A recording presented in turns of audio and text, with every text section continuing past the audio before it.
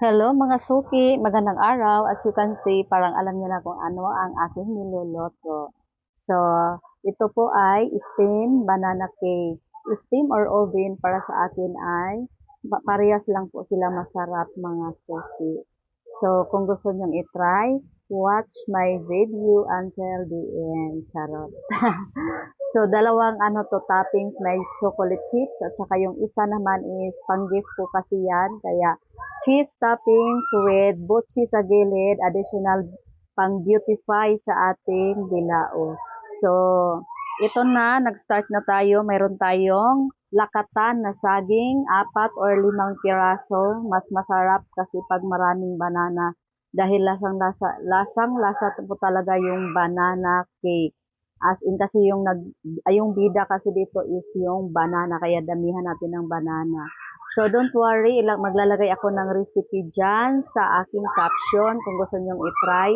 And then, so iba-iba tayo ng way sa pagluluto, no?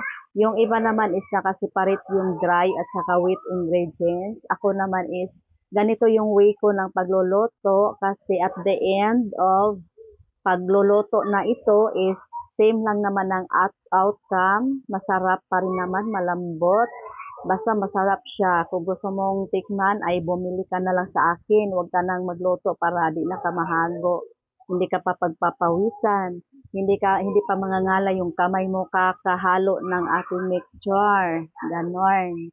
So, nakikita nyo naman kung anong pinaglalagay ko dyan. So,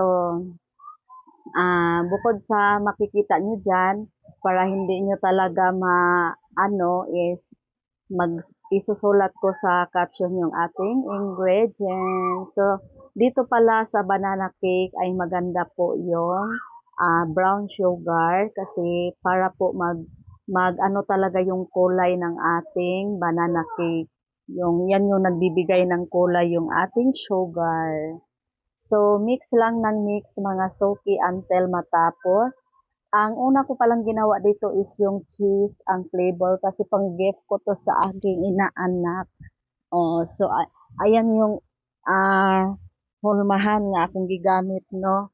DIY lang yan, sa rice cooker yan na hulmahan kasi meron ako ditong baking pan is isang piraso lang naman tapos dalawang round kasi ang kailangan ko and then para makatipid naman tayo sa gas dahil sa sobrang mahal kailangan natin siyang pagsabayin pag-steam. And then dahil nga nabitin ako sa sobrang sarap, gumawa pa ako mga suki, gumawa pa ako ulit yung may chocolate chips yung toppings. So, ayun, na-steam na natin. So, bala ko sana ipagsabayin yan sa isang steamer lang, pero hindi kasya, hindi kinaya. So, I decide na patungan na lang ng isang steamer kasi two-layer naman yan. Pero tinakipan ko muna yan kasi nga hindi pa nakahanda yung isang layer, hinuhugasan ko pa para ilagay dyan. So, pagkatapos niyan mga suki, ganito na po yung itsura. Ayan. Size 12 na bilao yung nilagyan ko mga suki and then meron pang malagyan sa gilid kaya nilagyan ko siya ng butchi para additional ano bang tawag nun? Decoration. Charot lang. At ito na nga yung aking inaanak na nag-birthday. Happy birthday sa'yo, Bentley. More birthdays to come. At ito naman ang ating pangalawang luto dahil nabitin nga tayo so gumawa ako ulit. Pero chocolate chips naman yung toppings. Dito is bininta ko yung iba naman kinain ko. So ayun, wala akong kita.